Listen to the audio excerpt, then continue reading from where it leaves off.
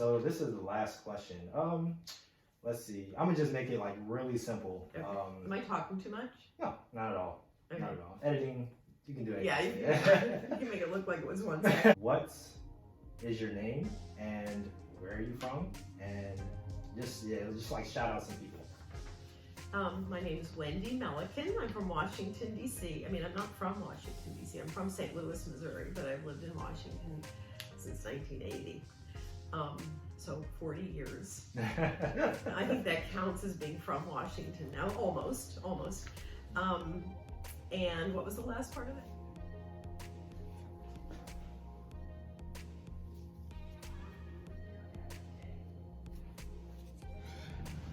All right, so let's see.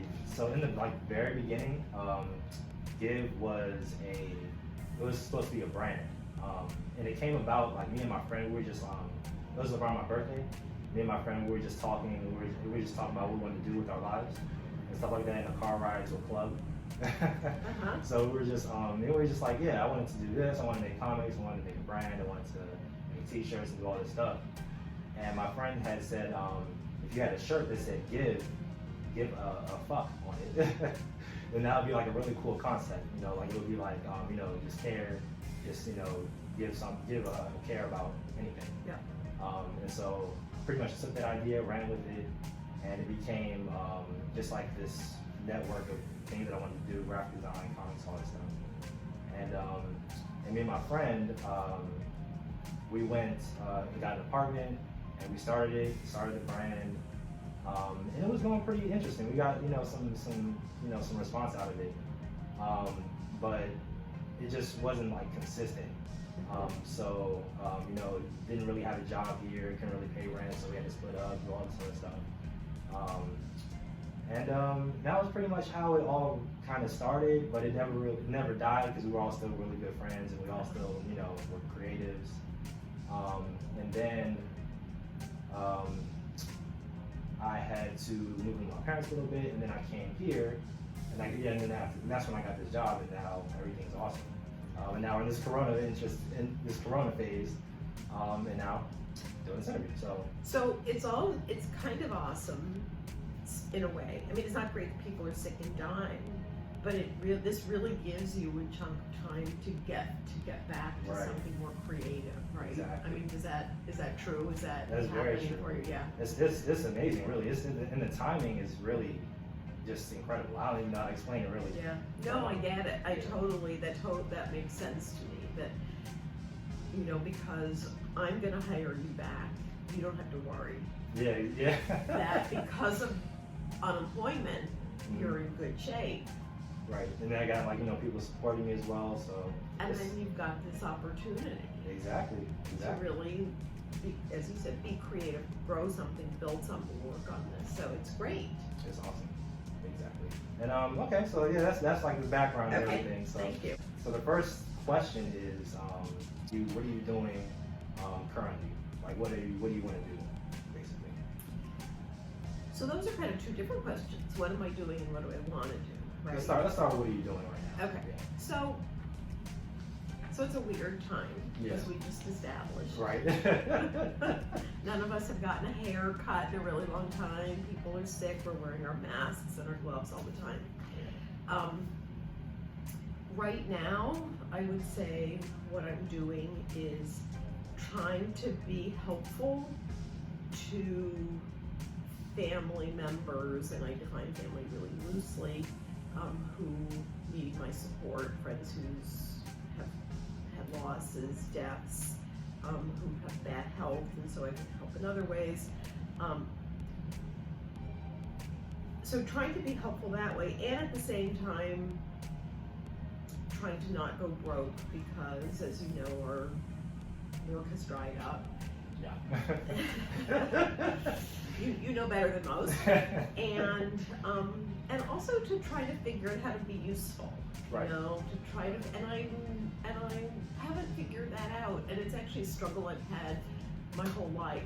Is I'm really good at being useful on a very personal level. Mm-hmm. Yeah. I'm like a go-to person. That piece I have figured out really, really well. I know how to be close to people. I know how to really get in with them and their troubles. haven't been able to figure out how to do it on a more, I don't know what you would call it, but on the level of where instead of reaching my circle of people, that somehow I'm having a bigger impact in the world. And I've actually never been able to figure that out. Really? There's something happens and I can't figure it out. That's on the, we're like on the exact same vibe. Like, Whoa, here's a big difference. Yeah. It's you're 20 and I'm 64.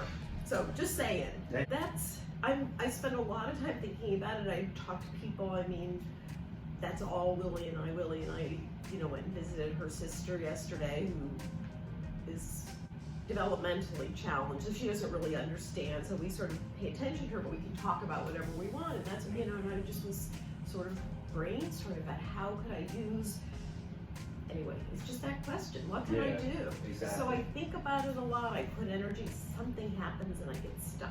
I get scared, I'm afraid I'm gonna make a mistake, I talk myself out of things. I hope I live long enough for it to all come together. Yeah, exactly. Next question. Okay, so next question is, so you're a printer. That's what. Correct. That's your craft. That's what you do. Correct. What does that mean to you? Yeah. Well, that's a great question. I love that question. I got into printing. It's not my background. I come from a family of intellectuals. My father was a geneticist. He was a scientist. My sister has a PhD in history. Wow. And I really wanted to, and I couldn't wait to never have to go to school again. The day that I sort of realized that, like after I got my college degree, I never had to go to school again was such a happy day. Really? And I mean, I did end up going to school again because I actually went to school to learn printing, but I loved it because it was practical. It was something I could do with my life. It's a skill I could share with other people. It hasn't turned out to be exactly how I imagined it was going to be, but what it means to me is having a skill that I can depend on, that when there's not a coronavirus, I have been able to really depend on it to make a living. It's fun, it's interesting, it's challenging. It's not like I never wanted to be mentally challenged again. I just didn't want it to be like books. Right. So this is physical, and it's something that I do with my hands. I mean, again, better than most. I'm sort of in action and cutting and folding and scoring and doing math estimates sort of all day long. That's what I do, and I really love that part. Yeah, definitely. And it's like, it spreads out to like everywhere. Yeah. It's not like it caters to one like industry or anything like that. Correct. It gets us in touch with a lot of different people, a lot of different kinds of people. I love that. Yeah. I love that. I like to think that people like coming here because almost all the time I'm nice. Except not 100% of the time, right. But 99% of the time I'm nice and respectful, and and have interesting conversations with people. That's a little less true now that my business is so busy. People at some point started remarking about how, we used to have really interesting conversations, and now we don't have such interesting conversations anymore. And I'm like, I'm so much busier than I used to be. I can definitely see that because you said you've been in business for like 30 years. Yeah. I can see like the movement between it being like not busy, lots of conversations, busy, and just. Yeah. And so some people really miss that, and I understand that. But on the other hand, it's really thrilling to me that I've grown this business that has really expanded and is very successful, and I feel proud of that. I was never that interested in the business side of things. That's not why I got into printing. But despite that, over the years, I've managed to make I've been lucky, I've made some good decisions, blah, blah, blah. And so, here I am with a thriving business most of the time. Despite not really learning a lot about business, not going to, Business school, I never yeah. studied anything about business. I learned about printing, and I love that I know as much as I do, and I use all of that. Despite the fact that a lot of stuff is electronic now and all of that, there's still whole pieces of it that haven't changed at all. Cool, awesome. That's a great question, great answer. Love it. Cool. Okay, next question is, let's see. So this one is really just, it's mainly about you. You can say anything you want. It's not a real question, it's just sort of like an open-ended. Right. Okay. One of the things that I like about my work is that even though I'm not a creative person, I get to work with creative people. Right. So this is a nice example of that. Yeah, definitely. Yeah. Awesome. And I've loved, I don't remember if you were here then or not, but like the whole theater department from Howard University came in, like 8 students, and then we were doing headshots, and Wow. they're telling me all about, I was printing the headshots, and they were telling me all about the productions they were in. I worked with a group of young women who were doing a online TV show. See, I'm not even young enough to know exactly how you talk about those things, but so I love that. And then, this project and your comics, and so I think, so that's just a part of what I do that I really like, and I appreciate, your creativity, and I certainly want to know more. I look forward to hearing more about Give. You definitely will. And you definitely will. Wish you and Give huge success. I wish you great amounts of success and creativity. So thank you very much. I appreciate that so much. Next question. Well, it's not a question, but 5. Let's just give me like 5 facts about yourself. Well, I already told you I'm 64 years old. I have 2 adopted sons. They're both from El Salvador. I love people.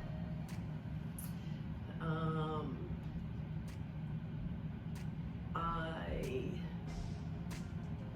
always try, I'm not always successful, but I always try to do the right thing in the world. And I've been in a relationship with my partner for over 20 years.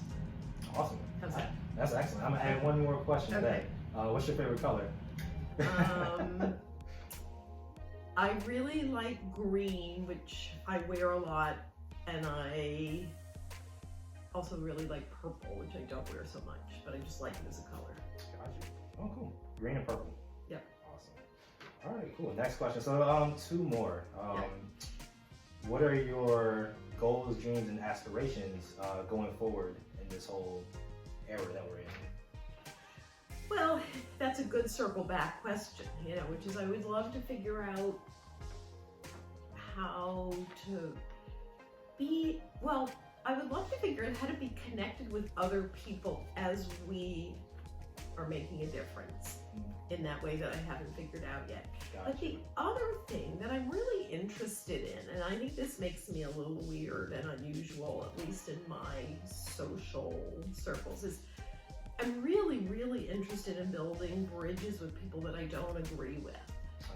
Like, I'm really interested in having some deep conversations with people who have different opinions, because I actually think that's the only hope for things changing. In my lifetime, which is 3 times as long as your lifetime, it just seems like the divisions are getting more rigid and more dramatic, and I really feel like the main hope for the world and for things ever changing and being better, and I don't mean better for one group or the other group, because it seems like we sort of keep just switching, taking turns, is to find a way to not have 2 sides or 2 groups. And I think that can only happen through getting to know people, getting to understand people. So that's actually, I have a son who you met, Alex. Yeah. And we're really super close, and we're as different as could be. Right. My biggest picture, that would be like the greatest thing that I could, if I could figure out some way to be part of bridging something. Gotcha. All right, cool. And then you were like, you know, you had your friend sweater on. Yeah, Cheryl. It's still, I wore it again. Yeah. This is my friend Cheryl, who just died. She died on March 15th. So what's today? April 23rd, maybe? Yeah. So a shout out to Cheryl, and she's an amazing artist, actually. That, see, the thing with the leaves over there on the wall, there's a couple of them. Used to come and hang out here, and we would talk. Yeah. She's just a friend of mine, and she's an artist. And in fact, if you Google her, you'll find tons and tons. She's like, her artwork is in the Getty, which is a really big museum in Los Angeles. And so she had Parkinson's disease, and despite that, she just had a movie bought by Netflix. She was the executive director of a movie called Feminists, What Were They Thinking? And she's just, you know, has had a huge presence in this little niche of, you know, feminist art and, you know, women artists in the 60s and 70s. And so she died on March 15th. I was with her when she died. She was able to kill herself legally with the doctor's help until law in DC, and so I was with her, and I'm very close to her partner, and so in helping her after Cheryl died and going through her clothes and stuff, I took some of her clothes, and this was one of her sweaters. So a shout out to Cheryl, who's no longer with us. Somebody sent us a picture yesterday, a friend in South Carolina sent us a picture yesterday of a swan that just showed up on her yard, and Cheryl's last name was Swanek. Wow. So it was like, that's like, Cheryl! That's divine. Yeah, exactly. Wow. So shout out to Cheryl. Awesome. Wow. That's the end of the interview. Okay. Wow. There you go. And how did we do? Look, it's like 3 minutes of 12. It's perfect. Wow. And I hope you amazing. can edit that down, all my Definitely. But you knew what you were